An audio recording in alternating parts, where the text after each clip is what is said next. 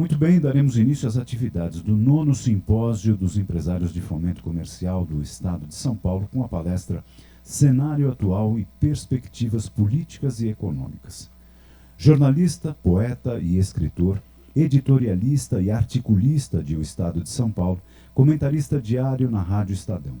Em 1976, foi agraciado com o Prêmio Esso de Jornalismo Econômico. Membro da Academia Paraibana de Letras, já publicou 12 livros, dentre os quais se destacam O Silêncio do Delator, de 2005, e O Que Sei de Lula, de 2011. Por mais de 15 anos, foi comentarista diário na Rádio Jovem Pan. Integrou, por muitos anos, o setor de jornalismo do SBT e atualmente é comentarista dos jornais da TV Gazeta. Com vocês, José Neumann Pinto.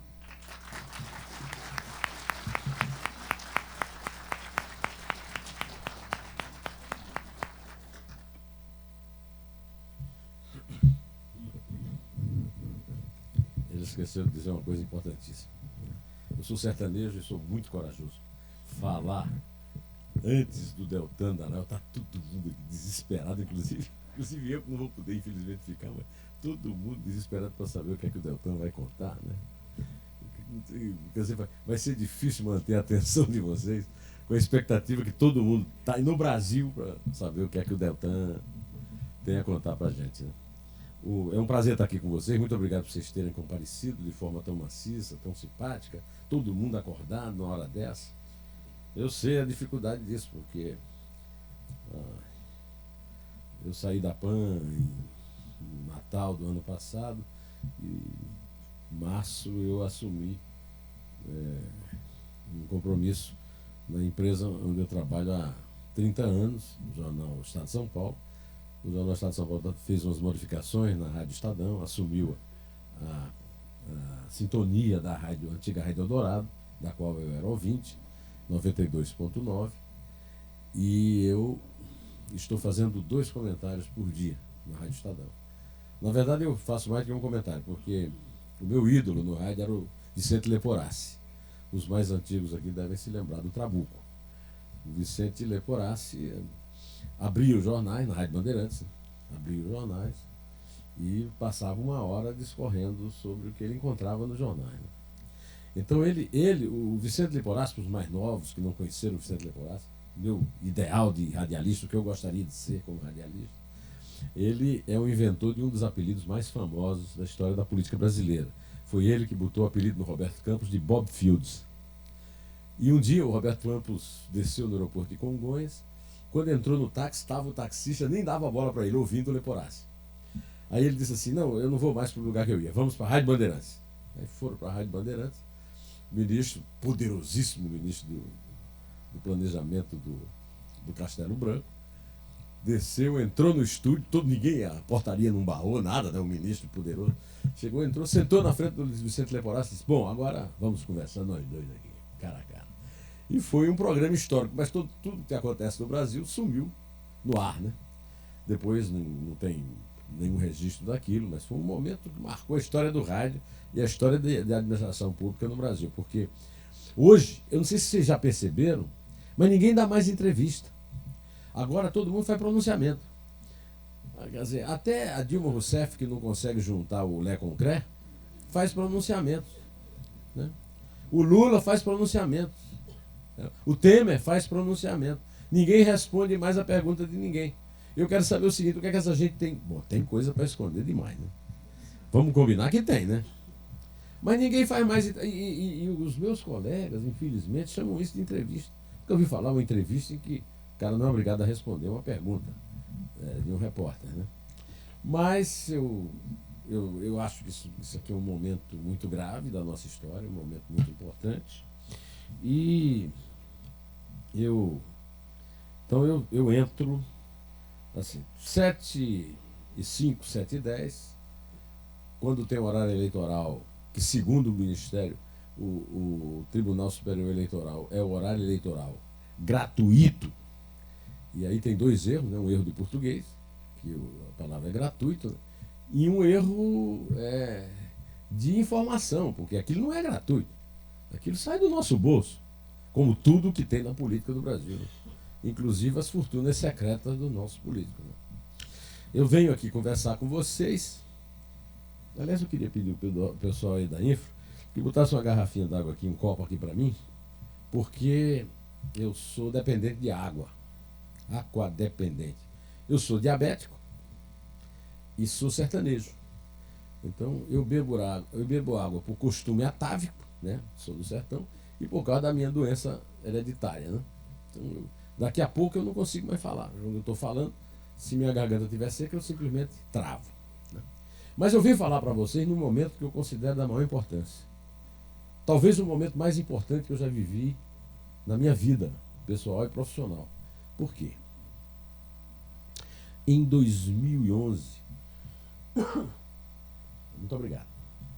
Em 2011, eu lancei um livro chamado O que Sei de Lula. Naquele tempo eu achava que eu sabia demais do Lula e queria contar para o povo.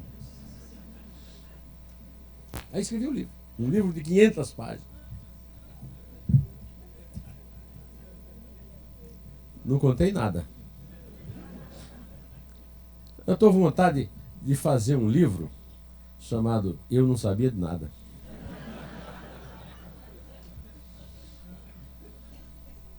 Eu abro o livro contando um encontro do qual eu participei como testemunha do Lula com um emissário do chefe do SNI, era o general na época, o general Otávio Aguiar de Medeiros, que eu tinha o general Golbery, que é acho que alguns de vocês pelo menos devem saber, que é o verdadeiro autor do Lula, é o cara que inventou o Lula. E o general Golbery inventou o Lula para se vingar do Brizola, que era uma espécie de inimigo obsessivo dele, porque o general Golbery é de uma cidade chamada Rio Grande. Se tiver algum gaúcho aí, vai lembrar que Rio Grande era o porto do Rio Grande do Sul. E o Brizola inventou um porto em Porto Alegre e matou o Rio Grande. E desde então o Brizola passou a ser a obsessão do Golbery. O Golbery era dos coronéis do Exército, daquela famosa escola de guerra, superior de guerra, que era a Sorbonne.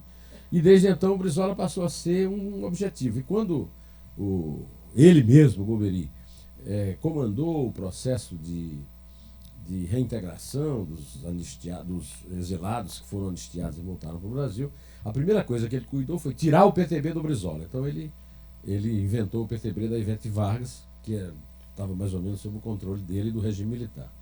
E tirou do Brizola, que inventou o PDT, e depois ele tratou de tirar qualquer possibilidade de contato do Brizola com o Lula, que estava ascendendo como líder sindical.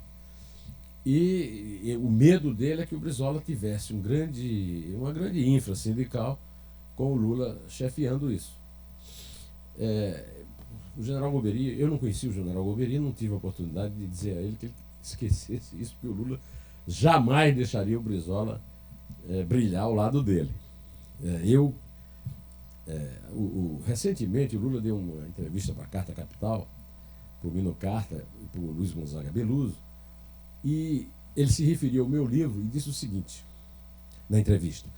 Eles perguntaram lá para ele sobre a sacanagem que estavam fazendo com o filho dele, o Lulinha, que é o filho bobo. Né? Tem o filho bobo e o filho safo. O filho bobo é o Fábio Luiz, o Lulinha. O filho safo é o menino que talvez seja o profissional mais bem sucedido da história da humanidade.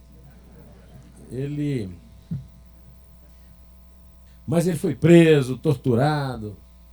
E o Cezinha me contou o seguinte: o Cezinha militava no PT, era da alta cúpula, o escritório do Lula era no último andar de um edifício na Avenida Paulista, e nesse edifício tinha a sala do Lula, era um bunker, não entrava ninguém lá.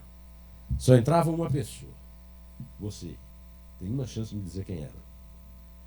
Delúbio Soares, o tesoureiro, militante do PT em Goiás, o que passava cigarrilha cubana por baixo da mesa para o Lula fumar. Acendia, passava para o Lula fumar. E, finalmente, a joia da coroa, João Vacari Neto. Olha, quando terminar essa história, nós vamos talvez descobrir que João Vacari Neto tenha sido o réu mais acusado de crimes na história da República, o tesoureiro do partido. Sabe como eu ouvi falar do João Vacari Neto? João Vacari, eu recebo há 11 12 anos, diariamente, correspondência reclamando da coisa mais calhorda que já aconteceu no Brasil nos últimos 600 anos. Talvez não tenha acontecido na época dos Murubixabas, antes dos portugueses chegarem. Depois que os portugueses chegaram, não aconteceu. Era o seguinte: um grupo de bancários pobres, que eram mutuários do Bancop, da Bancop, a cooperativa dos bancários, passavam a vida toda. Vocês sabem o que é isso, porque vocês são empresários e tal, mas vocês sabem o que é você. Passar a vida toda poupando, investindo num apartamento para você. E aí os caras quebraram a cooperativa, roubando para o PT, para as campanhas do Lula. O presidente da Bancop, quem era? João Vacari Neto. Eu falei João Vacari Neto nessa época. Agora, eu quero lembrar a vocês o seguinte. Eu, apesar do Lula dizer que não me conhece, eu conheço o Lula desde... Eu conheci o Lula em junho de 75. Em maio, ele tomou posse. Quando o Lula tomou posse na presidência do sindicato, sabe quem foi lá? Paulo Egídio Martins. Paulo Egídio era o quê? Eu não conhecia o Paulo Egídio. Eu não conhecia o Lula. Eu conhecia o Paulo Egídio. Paulo Egídio foi ministro da Indústria no governo Castelo e era muito ligado ao Geisel, e foi colocado no governo de São Paulo para servir de alternativa civil, porque o Geisel queria acabar com o ciclo militar e botar um civil confiável, que era o Paulo Egídio. Quando eu conhecia o Paulo Egídio, antes disso, e por interesses comuns em literatura, filosofia, essas coisas. E o Paulo Egídio me incluiu num grupo muito privilegiado de 4 ou 5 repórteres que às vezes ele ligava e nos convidava para tomar um café no Palácio dos Bandeirantes. E nós íamos, porque o Paulo Egídio era a esperança de abertura. Primeiro presidente civil, depois da ditadura.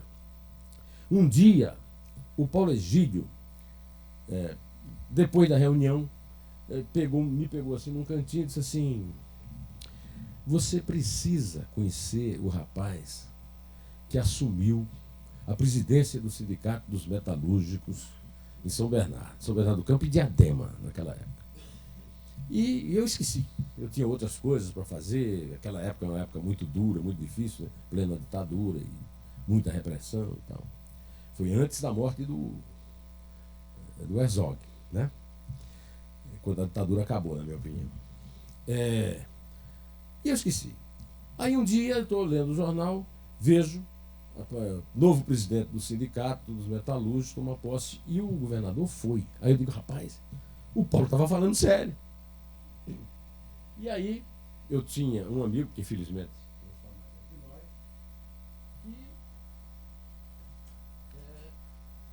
era o nosso. Eu trabalhava no Jornal do Brasil, do Rio, e o nosso amigo era o correspondente do Jornal do Brasil em São Bernardo. Aí eu liguei para ele e disse: Edson, era muito amigo meu. Você conhece o Lula? Meu amigo, meu chapa, meu querido amigo. Me apresenta a ele. Aí eu fui, conheci. E eu estou só dizendo isso para vocês que é o seguinte: qualquer pessoa. Eu tive um excelente professor de lógica no seminário redentorista em Campina Grande, Padre Bernardo, um holandês. E ele me ensinou que. Eu aprendi também no folclore político do Sebastião Neri, que tem uma história famosa do pai do Lula, o Vitorino Freire. Vitorino Freire é o cara que inventou o Sarney traiu, e ele depois virou o maior inimigo do Sarney. E o Vitorino Freire dizia uma coisa que vale para toda a nossa vida. Ele dizia o seguinte: presta atenção. Você vai numa estrada e encontra um jabuti em cima de uma árvore.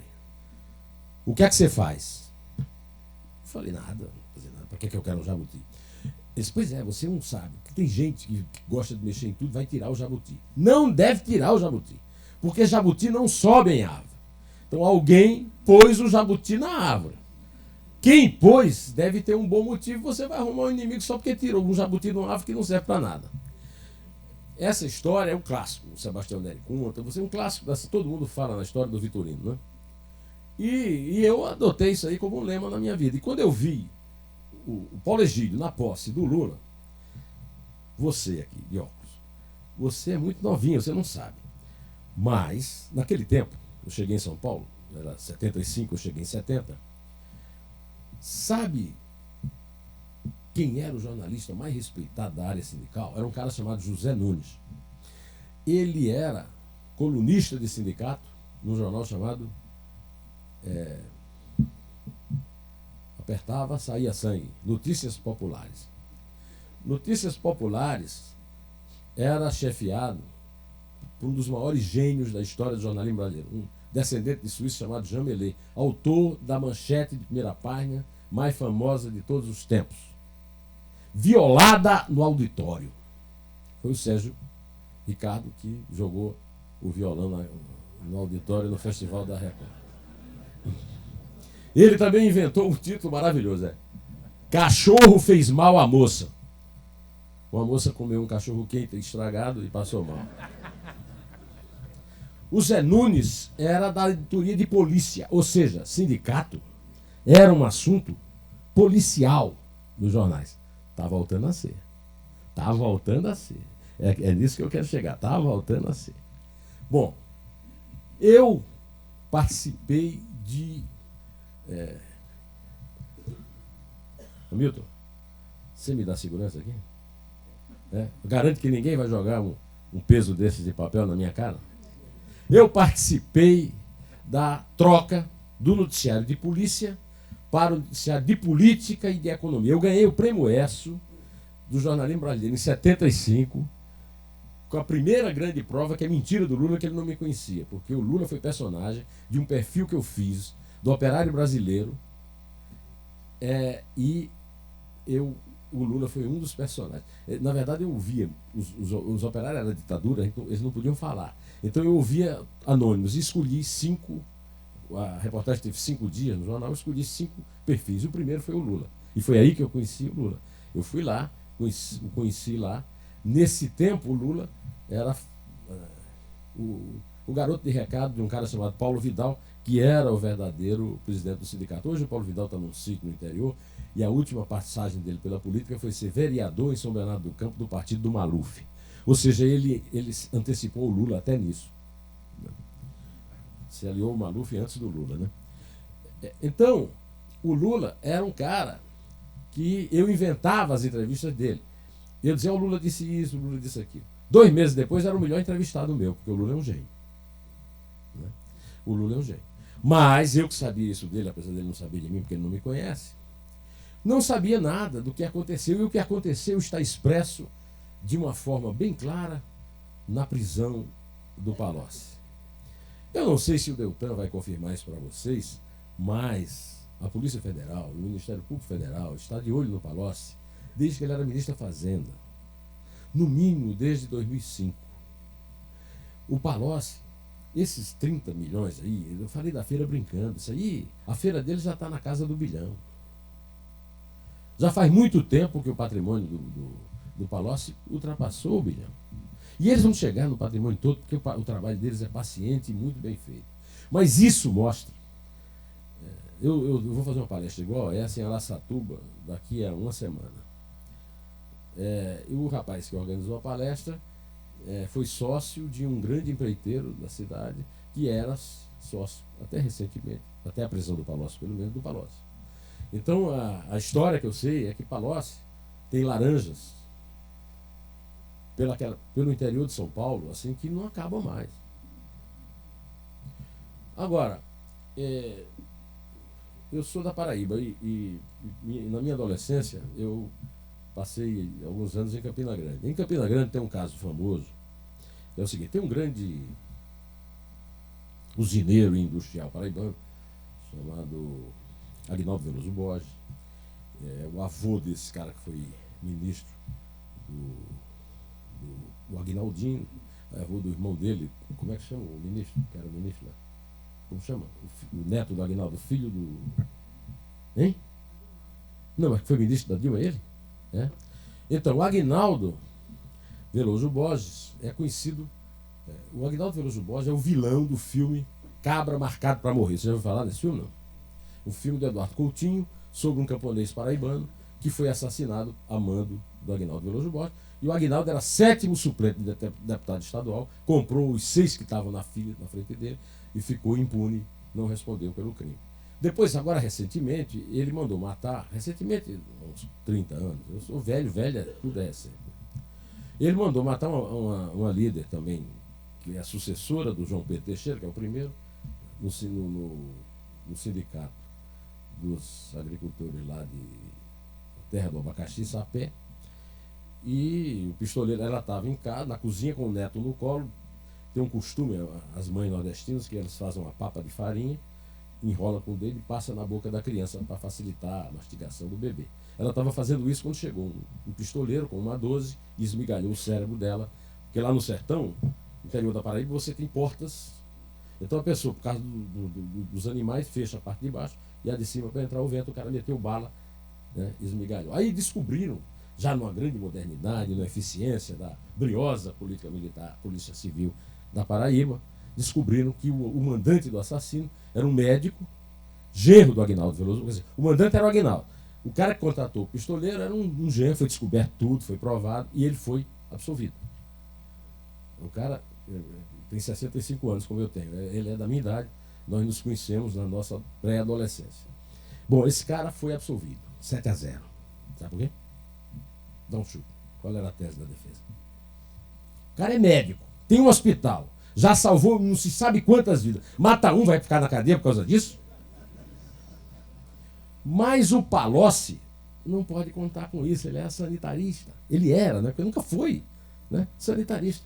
Se eu soubesse, eu tinha sido sanitarista, porque o que ele acumulou é uma grandeza.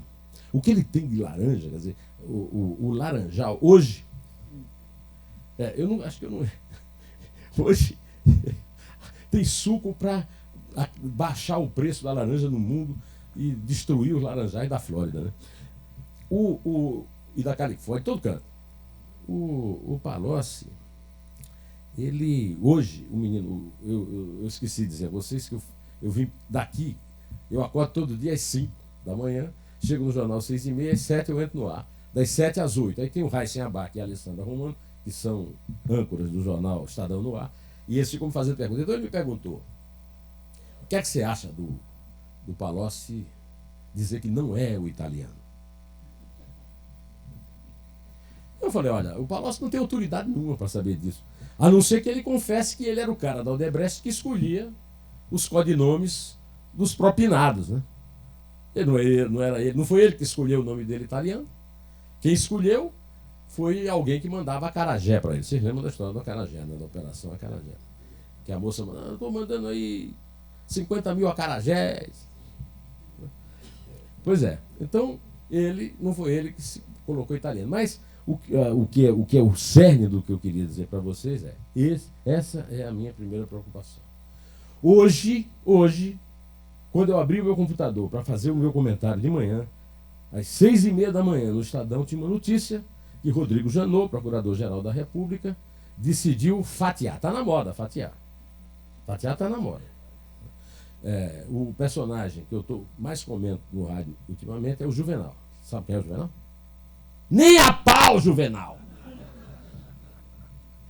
Agora eu já mudei a frase, só se for a pau, Juvenal, né? Então, o professor Janot, doutor Janot, resolveu fatiar a denúncia do trabalho da Procuradoria-Geral sobre uma quadrilha. O que é que ele diz da quadrilha? Ele diz que é uma quadrilha só. E o melhor jeito, mas é uma quadrilha muito ramificada e que opera em... Quer dizer, o que ele diz é grave, porque diz que é uma quadrilha e diz que opera sob a chefia de alguém que está por cima de todas as... E o que é que ele propõe? Ele propõe que cada empresa que pagou propina seja o foco da investigação da Procuradoria-Geral da República, no caso dos políticos, no foro privilegiado, né? Então, uma é Odebrecht, a outra é Andrade Gutierrez, a outra é OAS, etc., né? Então isso confirma que tudo que eu achava, só que eu era muito inocente. Eu achava que era um escândalo que terminou. Quer dizer, como é que era? Era assim, roubaram no Celso Daniel. Aí fizeram o Petrolão para pagar as contas do Celso Daniel, que os caras foram presos e não estavam mais podendo roubar. Mentira. O Zé Disseu roubou na cadeia e por isso que ele está preso. O Zé Disseu é o único, aliás, ele e o Pedro Corrêa, são os dois únicos políticos brasileiros com foro privilegiado que estão na cadeia por causa do mensalão. No mensalão só tem o Marcos Valério na cadeia, a banqueira, político nenhum, foram todos perdoados pelo Supremo depois de indultados pela Dilma, o que é um absurdo que eu não entendo como é que um país aceita uma coisa dessa numa boa, não tem um partido político que reclamou, nem o PSDB que está lá com medo do que vai acontecer, das delações premiadas. Né? Então ninguém reclamou disso. Agora, o Palocci é a verdadeira chave de toda essa operação. Primeiro porque ele roubou no governo, ele roubou na política, roubou na prefeitura de Ribeirão. Ele tem processo até hoje sobre o departamento de água da prefeitura de Ribeirão. Roubou na Câmara dos Deputados, ele fazia parte do esquema do PT que cobrava favorecimento nas comissões e o poder dele junto à força, né, matriz das CPIs na época, era o PT. Né? Vocês até não se devem se lembrar mais, mas naquele tempo o procurador era querido pelo PT, eram dois procuradores, o Luiz Francisco de Souza, que era conhecido como Torquemada, e o Guilherme Shelby, os dois comunistas, os dois militantes do PT. O Guilherme Shelby, quando o PT quando começou o primeiro governo Fernando Henrique, e o PT foi para a oposição e teve medo de aparecer qualquer coisa desse, conseguiram mandar o Luiz Francisco Torquemada para Portugal. Por que é que ele foi para Portugal? Porque ele pensa que fala a língua que fala lá. Outra língua ele não fala. Agora, ele pensa que fala português. E pensa que lá em Portugal se fala o português que a gente fala aqui. Eu tenho um neto, que a metade dele é português. O meu neto vai para Portugal, passar um mês com o avô dele lá, quando volta ninguém entende o que ele fala. Mas o Luiz Francisco acho que está lá até hoje. Então, o que houve, na verdade, foi o seguinte: olha, nós temos aqui uma oportunidade. Nós vamos roubar tudo. Não vamos deixar nada. Primeiro porque nós vamos ficar ricos.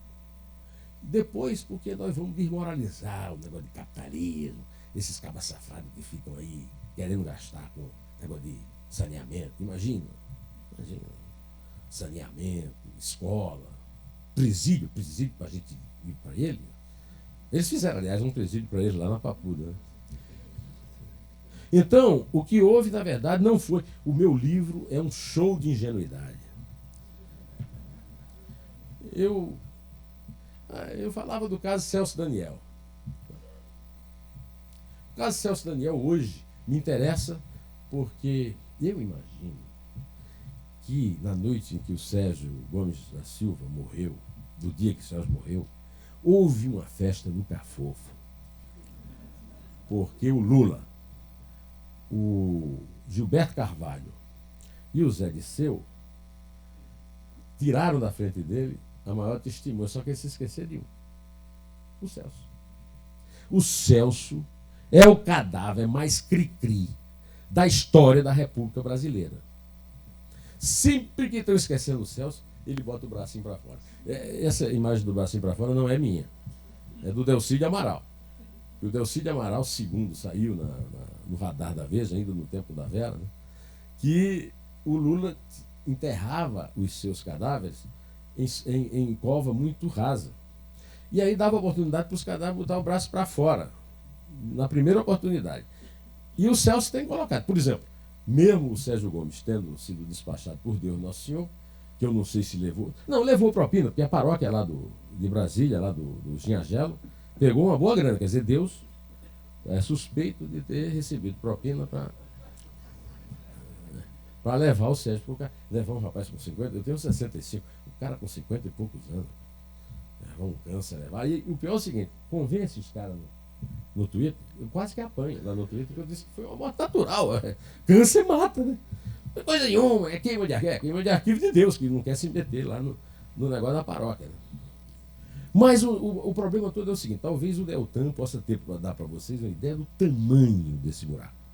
Mas não é nada que a gente possa simplesmente imaginar que tenha chegado perto do que é o verdadeiro roubo do que o Brasil foi vítima. Essa é a primeira coisa. A segunda coisa que eu queria chamar a atenção de vocês, meu tempo está chegando, é o seguinte. O projeto Anistia. A última vez que eu vim a esse auditório, eu vim numa reunião promovida pelo Renato Opsi Blum, que é genro do meu amigo Zé Roberto Faria Lima, e que é um grande advogado da área de computadores. E tal. O Opsi Blum, que também é filho de um advogado que eu conhecia, trouxe para falar aqui também o Luiz Flávio Gomes, que é um professor de direito, um advogado competente, muito bom comunicador, a palestra dele é ótima, recomendo para vocês. E um dia desse, um amigo meu de Campina Grande me mandou, advogado, fã dele, me mandou um filmezinho no WhatsApp, em que ele denuncia que hoje já chega a 200 o número dos políticos, com mandato ou não, e seus apaniguados na mira da Lava Jato, e que pertencem a todos os partidos, estão nos 3 poderes, inclusive no Supremo, e estão, todo mundo viu aqui a capa da Veja com o Dias Toffoli, suspeito de ter recebido favores da OAS, os 3 poderes, a cúpula pelo menos da Justiça, e imagino também que os setores de primeira instância e tal, que esse pessoal está fazendo um trabalho indormido para boicotar a Lava Jato. Eu incluo nisso, por exemplo, o ministro da Justiça. O ministro da Justiça vai fazer campanha em Ribeirão Preto. Tem alguém de Ribeirão aqui? O candidato que é favorito lá, acho que é Ricardo Silva, um cara do PDT. Lá embaixo, em segundo lugar, está o Duarte Nogueira, né? E ele estava lá fazendo campanha para o Duarte Nogueira, enquanto o Brasil pegava fogo, e fez brincadeira lá, dizendo que a Lava Jato vai prender mais um. Aí prendeu um. É apenas o Palocci, ex-prefeito de Ribeirão, sediado em Ribeirão. Aí eu cheguei a uma conclusão muito simples, que eu resumo para vocês aqui, para a gente não perder muito tempo. Ele tem que sair do ministério, primeiro. Ele foi avisado pelo Disney, tem um nome italiano, não estou lembrado. Sexta-feira. Domingo vai para Ribeirão, faz a brincadeira. Essa semana aprende. Aí disse, não, conversamos sobre droga, conversamos sobre contrabando de arma, uma nota oficial do Ministério para explicar o que ele tinha conversado com o subordinado dele. Agora tu imagina o seguinte, o teu subordinado depende de você para o emprego, sabe de uma coisa importante, sabe que é importante para o chefe, não conta. Eu vou medir aqui, mas eu vou medir aqui para vocês o seguinte. O cara gastou o seguinte tempo para dizer para ele o seguinte: segunda-feira vamos prender o Palocci. 3 segundos. Ele não disse. Ele disse que não disse. Se disse, ele é a primeira autoridade de primeiro escalão, numa democracia, a vazar uma informação sigilosa. Rua. Se não disse, ele adivinhou e fez uma brincadeira, irresponsável, leviano, rua. Aí não, o Temer disse, eu não consigo agora fazer uma frase com Mesóclise para se bater, né? A coisa mesmo do Temer. Eu dizia que o Temer Teluzar nos dito que isso foi apenas uma coincidência terrível. Foi azarado, rua. Tá certo? Agora, não se limita a isso. Vocês sabem que uma noite dessa que eu chamei de Noite de São Bartolomeu, que foi o massacre dos rancenianos em Paris, rancenianos não, dos rancenistas, né? Em Paris pelos católicos, né? A Noite de São Bartolomeu, que foi a noite em que a Câmara tentou votar uma anistia para político que tivesse caixa 2. Caixa 2 é concorrência desleal, crime contábil, sonegação de imposto num país miserável que teve a pior queda de imposto nesse mês, e vem o presidente da República dizer dos Estados Unidos, onde estava na reunião da ONU, que o Gedel Vieira Lima, que defendeu, é uma opinião personalíssima dele. A demissão tinha que ser personalíssima também, não é verdade? Eu me lembro de um voto histórico da Carmen Lúcia no Mensalão sobre Caixa 2. Caixa 2 é crime grave, hediondo. E o cara querem aproveitar uma lei para criminalizar o Caixa 2, para anistiar os políticos que fizeram o Caixa 2. Porque tem essa. Caixa 2 serviu para prender a moça da Daslu. Não foi? A moça da Daslu foi presa porque fez Caixa 2. Agora, a Eliana Tranquese foi presa por isso. Agora o político pode. O político pode por quê? O político tem que ser mais apenado, desculpe. Mais apenado. Penalizados estamos todos nós com a morte do Shimon Peres, não é verdade? Mas, menos os palestineses. Não, mas até o Abbas foi lá lamentar. Né? Então, agora, hoje eu li no Globo que o Rodrigo Maia. Ainda tem tempo? Cadê a menina do tempo? Ainda tem tempo? Não tem tempo ainda. O Rodrigo Maia é o seguinte. Vocês sabem que desde o Império Romano tem a dinastia dos genros. Né? Eu tenho uma diferença danada com os meus genros, porque eles tomaram as minhas filhas, levaram para casa, fizeram filho. Né? Mas tem gente que gosta de genro. Por exemplo, tem gente que o meu sogro não gosta. Meu sogro nunca ficou numa reunião social em que eu tivesse lido um poema meu para a filha dele. Nunca. Ele se retira assim, com muita calma, não, sem muito ódio, porque ele tem uma boa pontaria, então eu prefiro que ele não tenha raiva. Mas tem gente que gosta de genro, principalmente assim, o cara precisa passar a herança dele para o homem, que é nossa sociedade, desculpa, é machista, né? Então o marido da filha vale mais do que a filha, né? E dá para o genro. O Omar Fontana tinha um genro, né? Tá cheio de genro. Agora tem o seguinte. Vocês sabem quem é o Rodrigo Maia? Sabe quem é? Rodrigo Maia é filho do César Maia. César Maia eu conheci como o gênio das finanças do Leonel Brizola. Lá no Rio eu era diretor do Jornal do Brasil. Lá. Bom, sim, mas isso aí não quer dizer nada. Ele é genro do Moreira Franco. Genro do Moreira Franco. Que, por sua vez, era genro do Amaral Peixoto. O Amaral Peixoto foi um dos políticos mais hábeis do Brasil, mas deve parte do seu sucesso político como comandante do PSD ao fato de ter sido casado com Alzira Vargas, filha de Getúlio. Então, o Rodrigo Maia consegue o grande feito de ser genro do genro do genro. E a ponto, né, que o Amaral Peixoto, Hernani do Amaral Peixoto, era conhecido como, você sabe como é que era o apelido do Hernani do Amaral Peixoto? Alzirão. O almirante Alzirão. Então o Diogo Maia disse hoje o seguinte. Não, esse negócio. Porque aí vem a segunda parte. Alguns aqui vão ficar bravos comigo. Empresa não pode doar para eleição. Empresa é pessoa jurídica. Pessoa jurídica não vota. Por que é que a empresa doa para a eleição? Hein? A empresa doa para a eleição. O meu filósofo político favorito, Paulo Roberto Costa, conhecido pelo Lula como Paulinho, deu a melhor definição sobre doação empresarial. É a seguinte: doação empresarial não existe, é um empréstimo. Você empresta para o cara fazer a campanha e embolsar um pouquinho, e depois o povo paga no superfaturamento de uma obra. Resolvido o problema. Então ele diz o seguinte: esqueça. Acabar com a doação empresarial foi a segunda mais importante obra de Eduardo Cunha. Qual foi a primeira? Dilma fora! Dilma fora! Fora! Tá certo? A segunda acabou com doação empresarial. O Gilmar Mendes, que banca assim, o grande defensor da civilidade e da democracia, sentou em cima da proibição da doação empresarial. Não se sabe por que as coisas no Supremo são sempre muito secretas. Mas o Eduardo Cunha jogou no lixo. Agora o Rodrigo Maia diz o seguinte: esse negócio de doação empresarial não está fazendo mais sucesso lá no... Sabe por que não está? Sabe por quê? Milton, sabe? Não?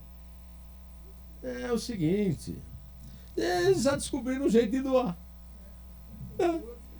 Morto ou Bolsa Família. Até agora já descobriram 300 milhões de doações suspeitas. Aí eu me lembro o seguinte, o meu pai tinha um grande amigo chamado Wilson Braga, foi governador da Paraíba, foi prefeito de João Pessoa. O Braga é de uma cidade chamada Conceição do Piancó, não é isso? Hein, Bebel? Não é isso? Conceição do Piancó. O pai dele era o coronel Chico Braga. Conceição do Piancó deve ter, hoje, na época do coronel, não tinha 10 mil habitantes. E tinha, acho que, uns 70 mil eleitores. Por quê? Porque fica no limite do Ceará. Eu nasci no limite do Ceará e do Rio Grande do Norte. Meu primo Gaudense Torquato nasceu no Rio Grande do Norte e eu nasci na Paraíba. Bom, o coronel Chico Braga está balançando uma rede e eu não... A piada, infelizmente, é racista, eu vou ter que repetir. E era uma negrinha que estava balançando a rede dele. E aí passa uma rural e o cara na rural diz assim: vamos votar, faltam 5 minutos para acabar. Falta 5 minutos para fechar a urna. Coronel Chico Braga, vai votar, homem! Aí o coronel diz: ih, rapaz, fala para... Ih, neguinha, imagina, eu já votei 5 vezes, hoje os caras ainda querem que eu vote? Então é isso.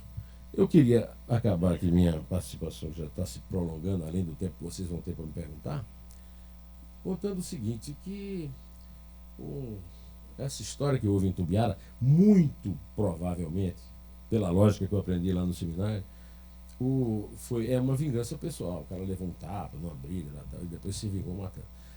Vamos dizer que também resultado de uma competência exagerada da segurança da briosa polícia de Goiás, porque o cara estava simplesmente com o governador em exercício do lado dele e que foi ferido. Né? De qualquer maneira, ela manifesta uma coisa que eu queria me posicionar aqui numa briga entre 2 ministros do Supremo. O Juvenal Lewandowski disse que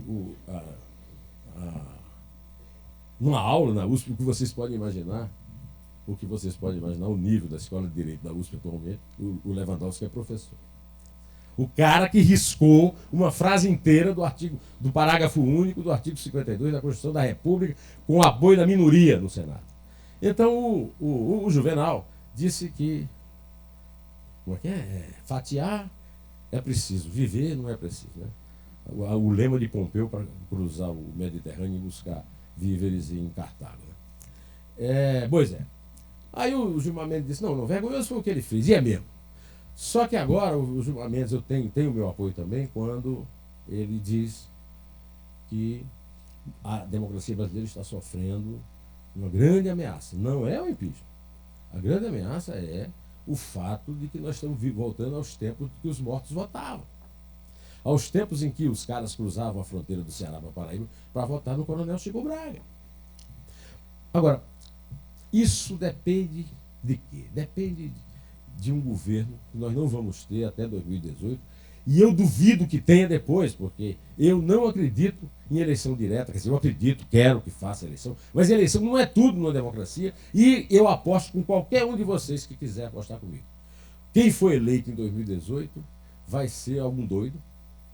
Se o Temer der muito certo, vai ser ele. Aí eu espero que ele faça alguma coisa, porque ele tá apostando nisso. Se o Temer não der certo, vai ser um doido qualquer. O que foi o seguinte, o Temer é ou o Sarney ou o Itamar. O Sarney era, até a Dilma, o pior presidente da República que o Brasil teve. No entanto, respeitou as instituições e tal. O Itamar foi o melhor. Foi o cara que fez o plano real, que nos mantém vivos e estamos aqui falando cara dele. O Sarney está mais... O Temer está mais para o Sarney. Né? Até o partido, que o Itamar era do PMDB, mas não era do PMDB oficialmente. Né? Agora, aí nós temos uma Câmara que vocês já viram.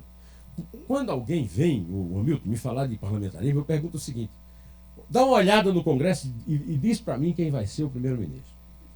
Até recentemente a pura de 10 era Eduardo Cunha, ou não era?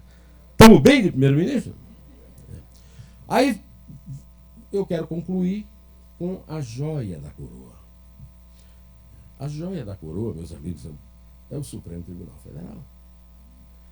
Eu vou te contar, ontem, na coluna da Sônia Raci, o lugar mais improvável para mim de encontrar uma notícia política, eu encontrei a notícia política mais importante dos últimos anos. Ela conta o seguinte: o cidadão Antônio Palocci Filho foi processado 19 vezes por direito a foro privilegiado no Supremo Tribunal Federal. Foi perdoado 15 vezes, foi arquivado o processo. Você sabe o que ele fez? Um dos processos. Ele rompeu o sigilo de um trabalhador, um caseiro, que denunciou ele porque ele frequentava um bordel de luxo em Brasília, na qual circulavam prostitutas de luxo e malas de dinheiro. O rapaz está passando a necessidade, desempregado, e ele tem 20,8 milhões no banco para ir na feira, para ir lá no sacolão lá que eu faço. Não, desculpe, 30,8 bilhões, milhões, com M de Maria. Né? Pois é isso aí. Agora, você diz assim, de quem é a culpa? É do Marco Aurélio Melo? Não. Aí você diz, resolve tirando o poder de nomeação do presidente? Não. O que é que resolveria? Resolveria o Senado sabatinar. Só para terminar, eu vou contar a melhor história do valor que não tem uma sabatina do Senado. A Dilma pegou 2 milhões de dinheiro nosso e pagou um cara chamado Mário Rosa, que era sócio do Eduardo Negue, que o Temer queria pôr como porta-voz. Ali é tudo misturado, é tudo da mesma quadrilha. Né? Isso aí é mesmo, da mesma quadrilha. O Temer é da quadrilha do PMDB, né? Que era sócio da quadrilha do PT e do PP. Pagou 2 milhões para fornecer ao senhor Edson Fachin a ficha de todos os senadores. Aí vai falar um senador, líder da oposição, Cássio Cunha Lima, do PSDB, que eu conheço, bebês jogando bola na sala da casa do pai dele, que era meu amigo, Ronaldo. E aí o Cássio faz uma pergunta. Você disse isso da Constituição, você falou aquilo, e agora responda. Aí o Fachin disse assim, perdão, senador, eu não vou responder antes de dizer que é uma honra estar aqui falando com o senhor, porque seu pai é um dos maiores poetas da história da literatura brasileira, e eu, lá no Rio Grande do Sul, onde eu fazia o ginásio, eu me dediquei a estudar a obra, e tal livro, e tal livro, e tal livro. Você tem alguma viagem para Marte marcada assim, para os próximos 15 anos? É a maior possibilidade de você ter do que de Fachin ter lido o Ronaldo em Porto Alegre, tá certo? Eu conheci o Ronaldo, eu lancei livro aqui na Livraria Cultura, eu um livro e o Ronaldo outro. Escrevi prefácio do livro do Ronaldo. Se você me pedir para eu relacionar entre os 2 milhões de poetas brasileiros, ele não está na lista. Bom, aí, era meu amigo, o que é que eu posso fazer, Isabel? Era meu amigo, mas não é poeta ruim. Gadelha é meu amigo e é ruim, o que é que eu posso fazer? Então, espero que não tenham a mesma opinião sobre mim. Bom, de qualquer maneira, só para terminar de uma vez, aí o Fachin diz assim, de repente o Fachin vira para o Cássio e diz assim, desculpe, senador, eu fiquei aqui tão emocionado de falar do seu pai, que eu não me lembro mais de sua pergunta. Aí o Cássio respondeu, foi uma honra muito grande ouvir a sua opinião sobre a obra de papai. Não, a obra do poeta, a obra do poeta. Pronto, agora vocês perguntam à vontade.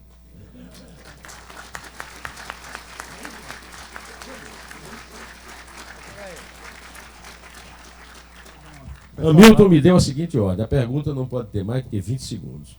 É isso daí. Pedimos também para que, por gentileza, você se identifique e diga qual empresa você representa. Pode ser por escrito também, pedir para a recepcionista pegar. Se quiser, pode falar. Pode falar. Fale. Rápido. Neumann, Fale bom alto, dia. eu sou surdo. Estou falando alto, Jorge Aone, diretor do Sindaesp, São Paulo, Sindicato das Empresas de Administração. A pergunta é simples, tem menos de 20 segundos. Baú do BNDES, o que podemos esperar quando ele for aberto? O baú do BNDES acaba de ser apresentado pelo Ike Batista. Né? Olha, dê uma olhadinha no BNDES. Porque é o seguinte, parte do dinheiro que foi roubado por essa quadrilha foi para o exterior, foi para Cuba. Né? E não é para o Porto de Mariel, não. Os irmãos Castro são um dos maiores capitalistas do mundo, são muito ricos. Tem um ex-guarda-costa do Fidel que escreveu um livro sobre a vida nababesca que os Castro levam. Foi para Angola. E Angola é o seguinte, Angola tem um governo comunista, eu não sei, há mais de 50 anos também. Quer dizer, o Fidel ganha na Angola, do Zé Eduardo dos Santos. Mas o Zé Eduardo dos Santos tem uma filha chamada Cristina dos Santos, que é a mulher mais rica do continente africano. Em parte, às nossas custas, em parte, por causa do BNDES. Por quê?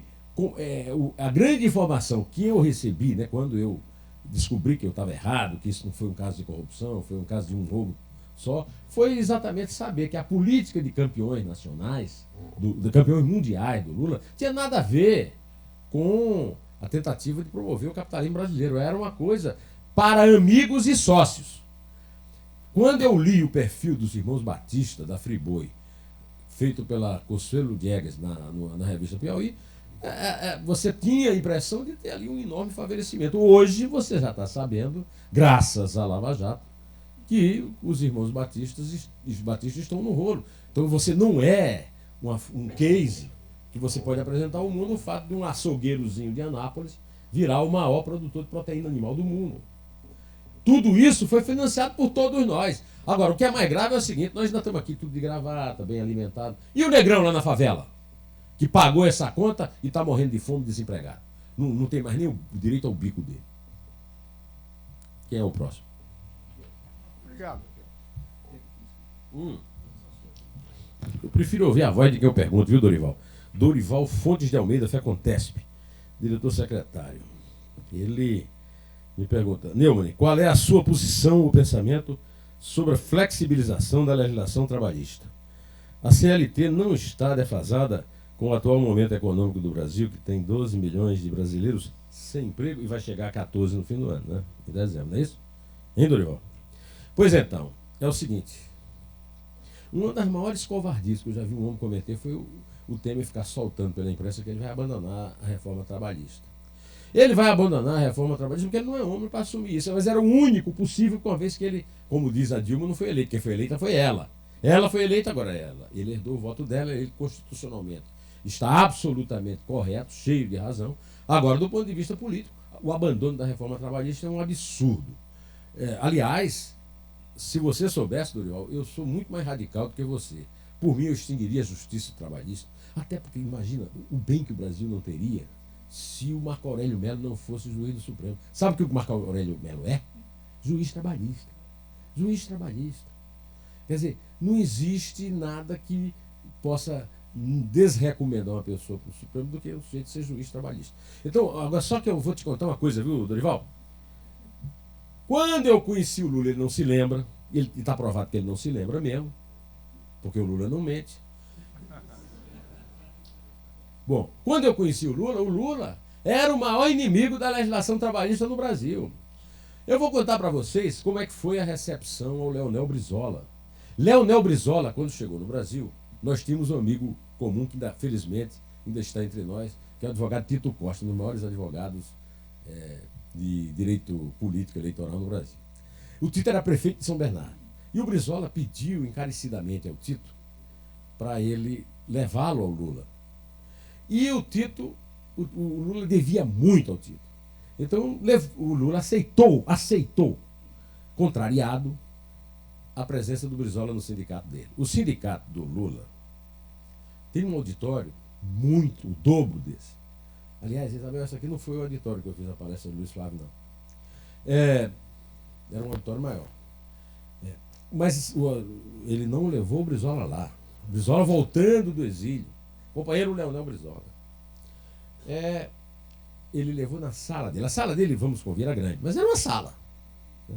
Nem a sala do presidente da República dá para juntar um monte de gente que está querendo ver o Brizola depois de anos no exterior. Né? Bom, eu estava lá, porque o Tito me avisou. E eu fui, eu era repórter do Jornal do Brasil. Meu chefe era Paulo Henrique Amorim. Que tal? Estava vendo chefe? Né? Feito aquele gaúcho que a irmã virou freira e um amigo disse assim, tá mal de cunhado, hein? Então, todos os dirigentes, todos os diretores do Sindicato Metalúrgico Soberano discursaram. Todos. O discurso foi um só. Getúlio, filho da puta, lei trabalhista que precisa ser rasgada, herança getulista no lixo. Todos. Menos um. Sabe quem não falou? O Lula. Luiz Inácio. É isso aí. Quer dizer, da mesma forma que eles só assinaram a Constituição, que estão defendendo agora desesperadamente, porque Ulisses praticamente botou uma arma na cabeça do Lula para ele aceitar, e só o Lula aceitou, os outros todos ficaram contra. Da mesma forma, eles agora ficam falando da consolidação das leis trabalhistas como se fosse, né, o objetivo de vida deles manter.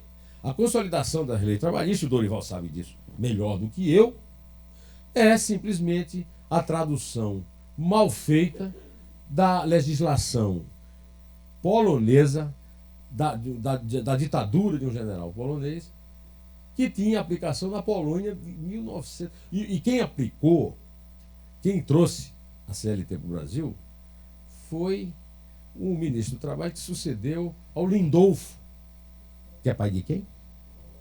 Quem? Carcará sanguinolento. O Lindolfo era avô, desculpe, avô. Mas eu acho que avô tem uma ascendência maior do que pai. Sabe por quê? Eu tenho 5 netos. 3 são filhos de um italiano, loiro, bonito. Nenhum nasceu parecido comigo. Você tem um que tem a cabeça grande, mas é loiro. Agora, a minha filha escolheu, a minha filha caçula, ela escolheu assim, um rapaz, um judeu ali das Perdizes, lindo, 2 metros de altura, olho verde. Aí eles têm um filho. Nasce parecido com quem? A cara do avô. Isso eu considero que é Deus se vingando de mim por eu ter denunciado que ele levou propina no Petrolão. Só pode ser. Só pode ser. Bom, vamos para a última pergunta? Então, pode ser. E eu esqueci de falar que não era só o perguntador que tem que ser rápido, mas o palestrante também. O palestrante agora vai responder. É o seguinte, o perguntador tem 20 segundos e o palestrante 20 minutos. É uma coisa democrática, isenta. É isonomia pura. Neumann, bom dia, parabéns. Muito obrigado. Como é teu nome? Gil Carvalho, sou arquiteto e sou diretor da FIABS, Federação Internacional das Profissões Imobiliárias. Não tenho nada contra arquiteto, mas tem um colega teu que eu detesto, chama-se Oscar Niemeyer. Rapidamente, eu gostaria de saber qual a sua opinião sobre a liberação dos bingos, do jogo, de uma maneira geral, e a repatriação do dinheiro nosso de cada dia que está lá fora. Vamos como, para obedecer aqui o chefe, vamos como Jack o Estripador, vamos por partes. Né? Em relação aos bingos, eu, sinceramente, eu não tenho nada contra nem a favor. Nem acho que resolve nada, nem acho que serve só dar emprego, mas desculpa, também... não é bingo, é os cassinos. Bingo não, né? cassino, não é bingo, é cassino. Eu fui a Las Vegas e em Las Vegas você vê muita propaganda de prostituta na rua, e jogo não são duas atividades as mais religiosas e éticas do mundo, mas eu também não sou nenhum carola, né? Por exemplo, para ser um cara que é chamado de santo na propina da Petrobras, justamente porque não é santo, eu prefiro não ser santo logo de uma vez. Eu só sou santo lá em casa, porque a minha mulher é muito brava. Então, agora, a repatriação de dinheiro de fora faz parte do projeto de perdão a político bandido.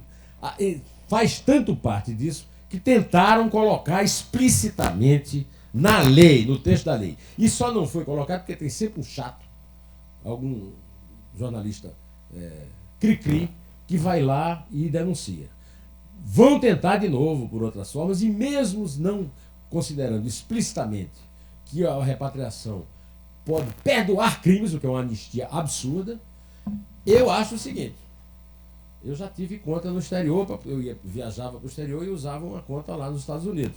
Tudo legal, tudo declarado no banco, e muito pouco dinheiro. Agora, quem tem muito dinheiro e que não declara o imposto, desse dinheiro, só para não roubar muito tempo de vocês, a prioridade é realmente o Deltan, né? Eu me lembro de uma história que eu vi na Praça da Bandeira, em Campina Grande, nos anos 60. Vamos dizer que 90% do povo aqui nasceu depois. É o seguinte: o bêbado chega na porta da igreja e o padre está lá, descrevendo tudo que Jesus Cristo sofreu. Apanhou ali, apanhou lá. Aí o bêbado disse só uma frase: alguma ele fez.